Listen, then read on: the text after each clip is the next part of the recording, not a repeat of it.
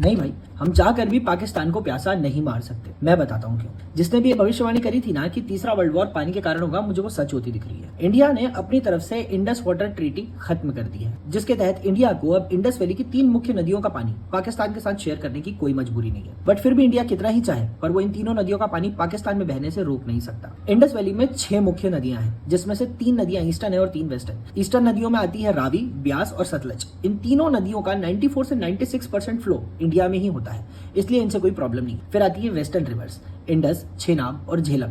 इन तीनों नदियों का 100% पानी पाकिस्तान के पास जाता है पीओके होता हुआ। इंडिया इसका 1% भी ठीक से यूटिलाइज नहीं कर पाती। इन तीनों नदियों का पानी मिलकर पाकिस्तान में 80% इरिगेशन और 21% जीडीपी को कंट्रोल करता है। ये तीनों नदियां 141 बिलियन क्यूबिक मीटर का फ्लो पाकिस्तान को देती हैं। और अगर हम चाहें कि इस पानी को यहीं रोक लें तो उसके लिए इंडिया के पास में 500 बिलियन क्यूबिक मीटर की भी स्टोरेज कैपेसिटी नहीं है। तो अगर हम पानी रोकेंगे तो वो जाएगा कहां? अगर इंडिया इन नदियों के पानी को सब्सटेंशियली 100% नहीं, सब्सटेंशियली यानी कि काफी हद तक कंट्रोल करना चाहता है तो उसके लिए इंडिया को आज से इंफ्रास्ट्रक्चर डेवलप करना पड़ेगा, जिसके लिए उसे कम से कम 5 से साल लगेंगे पूरी तरह रेडी होने में। और इसमें 75,000 से 1 लाख करोड़ रुपए तक का खर्च आएगा। और अगर 100% कंट्रोल करना है तो उसके लिए पूरी गति से भी काम करेंगे तो 8 से 10 साल लगेगा इंफ्रास्ट्रक्चर रेडी होने में, जिसमें 3 लाख से 5 लाख करोड़ रुपए तक का खर्च आएगा। और अगर यही काम थोड़ा आराम से या नॉर्मल स्पीड से किया जाएगा तो इसमें 20 साल भी लग सकते हैं। और इसके लिए लाखों लोगों को रिलोकेट करना पड़ेगा, क्योंकि इसके बाद में कई सारे गांव डूब जाएंगे। और ऊपर से इंडस वैली एक ऐसा इलाका है जो काफी पहाड़ी और उबड़ खाबड़ है। ऊपर से काफी हद तक अर्थक्वेक प्रोन जोन भी है। इसके अलावा पाकिस्तान का पुराना दोस्त चाइना